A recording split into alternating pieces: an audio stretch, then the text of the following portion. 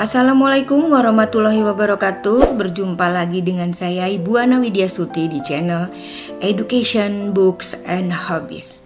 Hari ini saya akan membahas tentang kendala dan solusi guru dan orang tua dalam pembelajaran daring pada masa pandemi COVID-19. Dan ini oleh saya Ana Widyastuti. Saya mengambil materi ini dari buku saya yang berjudul Optimalisasi Pembelajaran Jarak Jauh atau PJJ Daring Luring BDR. Bagaimana tantangan, strategi, solusi pendidikan di tengah pandemi COVID-19 dan masa depan. Buku ini solusi bagi stakeholder pendidikan, baik oleh pemerintah, lembaga pendidikan, guru, dan orang tua. Buku ini telah tersedia di toko buku Gramedia, elekmedia.com, ataupun di toko-toko online di seluruh Indonesia jika Anda berminat.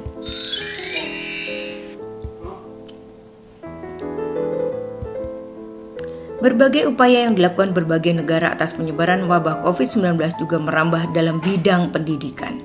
Hampir sebagian besar negara terpapar virus tersebut meliburkan dan memindahkan aktivitas belajar siswa sekolah ke rumah atau yang lebih terkenal dengan nama BDR. Hal ini untuk memutus mata rantai penyebaran COVID-19 dengan aktivitas menjaga jarak sosial atau social distancing. Nah, dalam penerapan pembelajaran daring ini ternyata banyak mengalami kendala yang dialami oleh para guru dan orang tua. Nah, karena banyaknya kendala inilah, para guru dan orang tua berusaha mencari solusi agar pembelajaran daring dapat berjalan optimal sehingga hasil belajar siswa diharapkan tidak kalah dengan hasil belajar saat pembelajaran dengan tatap muka. Nah, apa saja kendala dari para guru dalam pembelajaran daring? Yang pertama adalah kesiapan guru di tengah pandemi COVID-19. Ini menyangkut dengan mental. Kemudian kesiapan guru dalam melaksanakan kegiatan belajar di rumah menggunakan daring. Kemudian pembelajaran daring memerlukan persiapan dari guru dan siswa itu lebih banyak daripada dengan tatap muka. Kemudian penyesuaian materi ajaran yang tidak sefleksibel apabila mengajar langsung di kelas. Kemudian belajar dari rumah membutuhkan kejujuran dan disiplin yang tinggi. Selanjutnya, kendala dari para guru adalah guru sulit mengidentifikasi siswa yang tertinggal pelajaran. Belajar dari rumah bisa menimbulkan perasaan terkucilkan karena tidak bertemu dan tidak berinteraksi sosial dengan siswa lainnya, sehingga makin sulit mengidentifikasi siswa yang tertinggal. Kemudian guru merasa tertekan dan bingung. Nah, ini tidak hanya peserta didik saja yang merasa tertekan, tetapi pendidik pun juga merasakan hal yang sama. Sampai ada guru yang mengalami depresi karena memikirkan hal ini. Rasa jenuh karena harus menyesuaikan materi atau rancangan pembelajaran yang sebelumnya sudah dipersiapkan. Kemudian guru harus memeriksa hasil pekerjaan siswa dan hal ini membutuhkan waktu yang lebih panjang. Sehingga keluhan yang muncul dari guru adalah jam kerja yang semakin panjang. Tidak seperti ketika guru langsung melakukan tatap muka di kelas, di mana guru dapat langsung memeriksa pekerjaan siswa dan memberikan feedback atas tugas yang dilakukan. Nah, hal ini menyebabkan kelelahan secara fisik dan mempengaruhi hasil pekerjaan. Guru masih terpaku pada penuntasan kurikulum sehingga memberikan tugas pada siswa terlalu berat dan waktu pengerjaannya sangat singkat. Nah, ini juga termasuk kendala guru. Nah, faktanya belajar dari realitas empiris selama kurang lebih dari 3-4 bulan, PJJ tak segampang yang dibayangkan. Ada banyak pengaduan siswa dan orang tua terkait PJJ ini. Nah, kemudian tuntutan dari orang tua yang meminta guru untuk dapat memberikan tugas-tugas yang ringan dan tidak memberatkan siswa. Guru juga diminta untuk memberikan waktu yang lebih panjang dalam memberikan penjelasan kepada siswa. Nah, ketika hal ini tidak terpenuhi, cenderung menjadi hubungan yang tidak sehat antara guru dan orang tua. Kemudian guru mengalami kesulitan untuk mengontrol peserta didik yang benar-benar serius dalam belajar. Guru bekerja di luar waktu atau jam kerja sehingga terkadang mendampingi anak sendiri juga terabaikan. Guru hanya memberikan tugas secara jarak jauh tanpa ada umpan balik maupun interaksi dengan siswa. Selanjutnya adalah Keterbatasan guru ada pada kerentanan menurunnya kesejahteraan. Nah, di tengah pandemi ini hampir semua lapisan masyarakat terimbas berkurangnya pendapatan termasuk guru. Jelas sekali dirasakan guru, khususnya guru swasta atau lembaga pendidikan yang kecil. Jangankan untuk beli kuota, untuk memenuhi kebutuhan sehari-hari saja kurang dari cukup. Nah, ini otomatis berimbas pula pada kegiatan daring yang membutuhkan kuota lebih besar. Kemudian biaya kuota tak memadai. Jaringan internet yang sangat dibutuhkan dalam pembelajaran daring menjadi masalah tersendiri bagi guru dan siswa. Kuota yang dibeli untuk kebutuhan internet menjadi melonjak dan banyak di antara guru atau orang tua tidak siap untuk menambah anggaran dalam menyediakan jaringan internet. Perkembangan zaman akan menuntut perubahan peradaban dan hal ini akan berdampak pada acara atau metode pembelajaran yang sudah biasa dilakukan. Kemudian jaringan internet. Pembelajaran daring tidak bisa lepas dari penggunaan jaringan internet. Tidak semua sekolah sudah terkoneksi ke internet, sehingga guru-guru dalam keseharian belum terbiasa dalam memanfaatkannya. Kalaupun ada yang menggunakan jaringan seluler, terkadang jaringan yang tidak stabil karena letak geografis yang masih jauh dari jangkauan sinyal seluler. Kemudian guru belum mengoptimalkan teknologi. Nah, ini masih jadul sekali. Keterbatasan kompetensi mengelola proses pendidikan, proses pembelajaran jarak jauh ini, keterbatasan pendidik mengakses fasilitas internet beserta perangkatnya dan terbatasnya sumber belajar non-daring.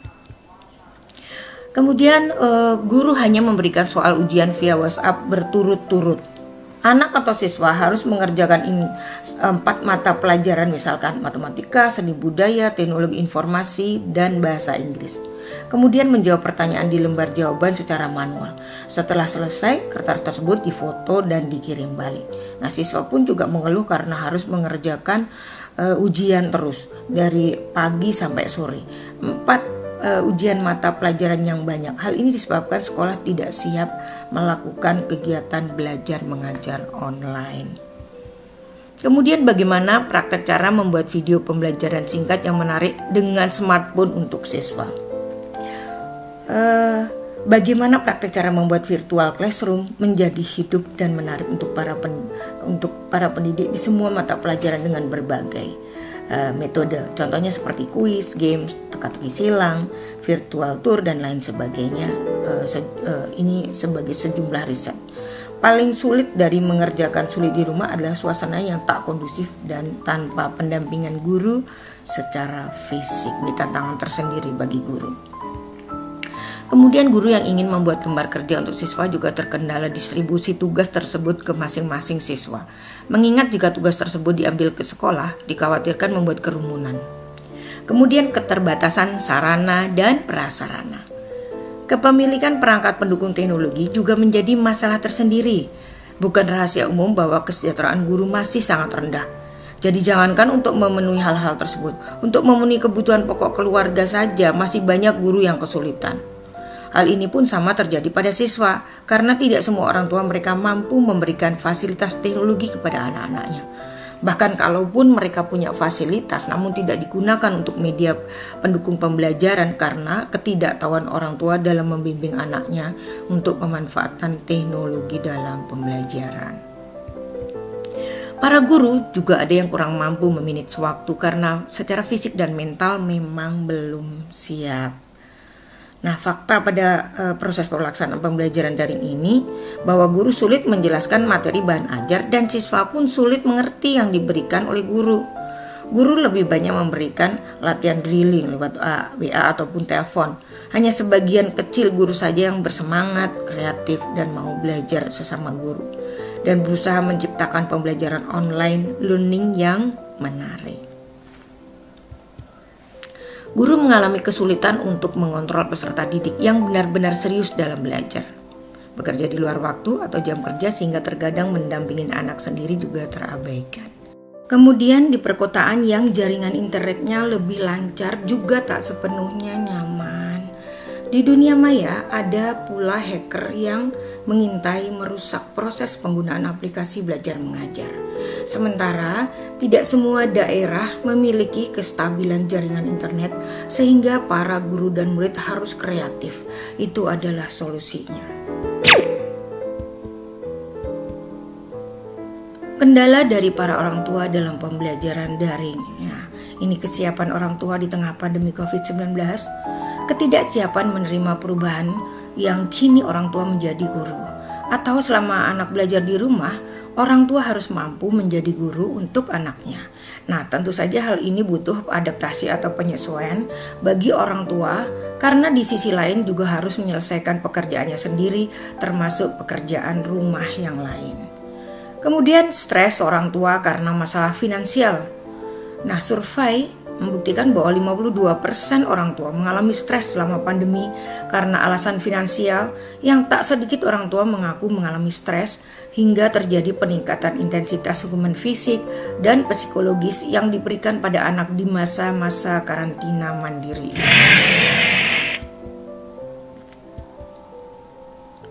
Nah, solusinya yaitu yang pertama, dibutuhkan kerjasama orang tua agar bisa aware dengan keadaan di rumah, agar bisa menciptakan iklim dan suasana belajar yang kondusif bagi siswa. Kemudian menyepakati cara untuk berkomunikasi dengan pihak sekolah, bisa melalui WA, bisa melalui Zoom atau aplikasi yang lain. Kemudian mendiskusikan rencana pembelajaran yang inklusif bersama guru sesuai kondisi anak. Mempersiapkan perangkat pembelajaran terutama untuk guru, kemudian memastikan anak didik siap mengikuti pembelajaran. Mempersiapkan waktu untuk mendukung proses pembelajaran daring.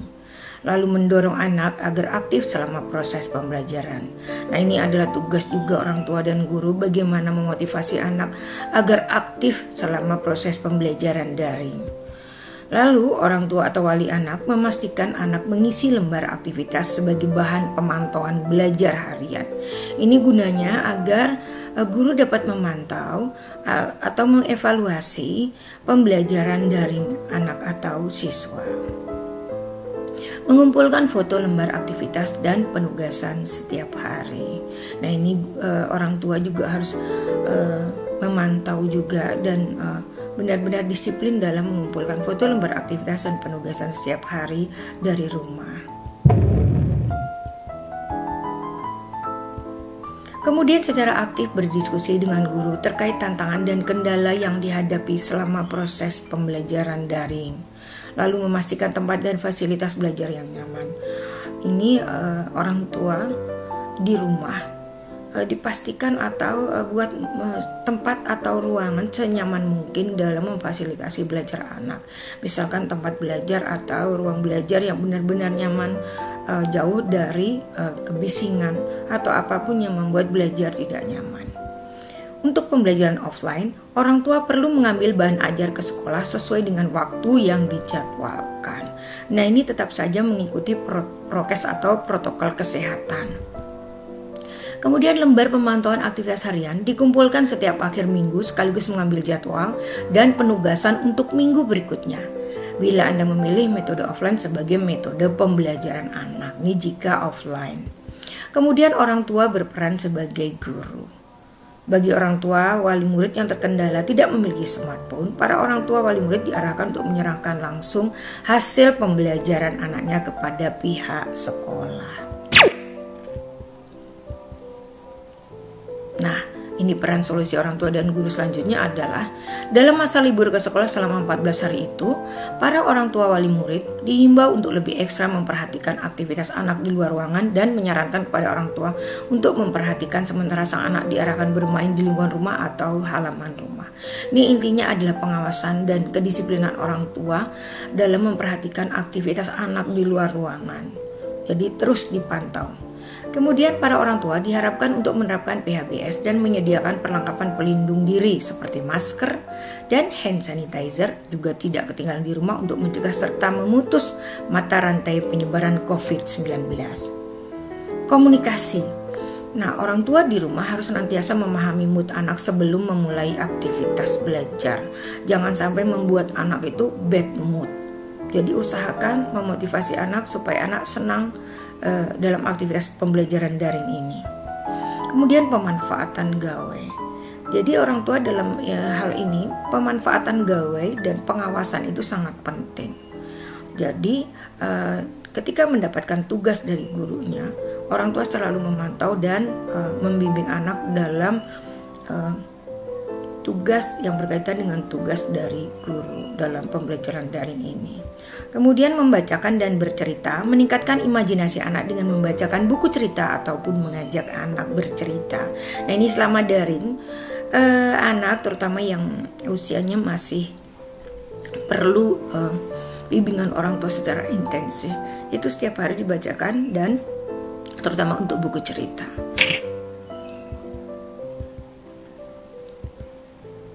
Memberikan apresiasi terhadap apa yang dilakukan anak, berikan pujian terhadap karyanya agar anak semangat dan percaya diri atas kemampuannya.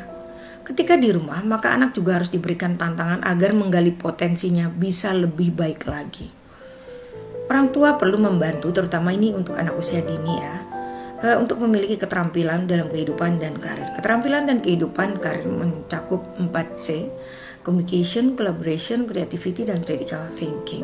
Keterampilan menguasai teknologi, informasi, dan media. Kegiatan pembelajaran yang hendak dilakukan orang tua sebaiknya berasal dari anak itu sendiri. Ini sebenarnya tidak untuk anak usia dini saja, tetapi sampai usia SMP pun masih diperlukan keterampilan hidup terutama atau life skill. Nah, ini adalah simpulan dari materi ini. Berbagai kendala yang dijumpai selama pembelajaran daring baik oleh guru maupun para orang tua. Berbagai kendala tersebut akhirnya memaksa guru dan orang tua mencari solusi dengan segala keterbatasan yang ada. Solusi agar pembelajaran daring dapat optimal, para guru dan orang tua dipaksa untuk mampu beradaptasi menjadi pembelajar terutama dengan teknologi yang ada. Selain itu, guru dituntut menjadi lebih kreatif, misalnya dengan menyajikan media pembelajaran yang menarik, dipadukan dengan kecanggihan teknologi yang ada, atau dapat juga memanfaatkan platform yang disediakan pemerintah. Tentu saja semua itu tidak terlepas dari kebutuhan kuota internet dan sinyal. Tak terkecuali para orang tua dituntut pula mendampingi anak saat BDR yang terkadang harus memposisikan pula sebagai seorang guru.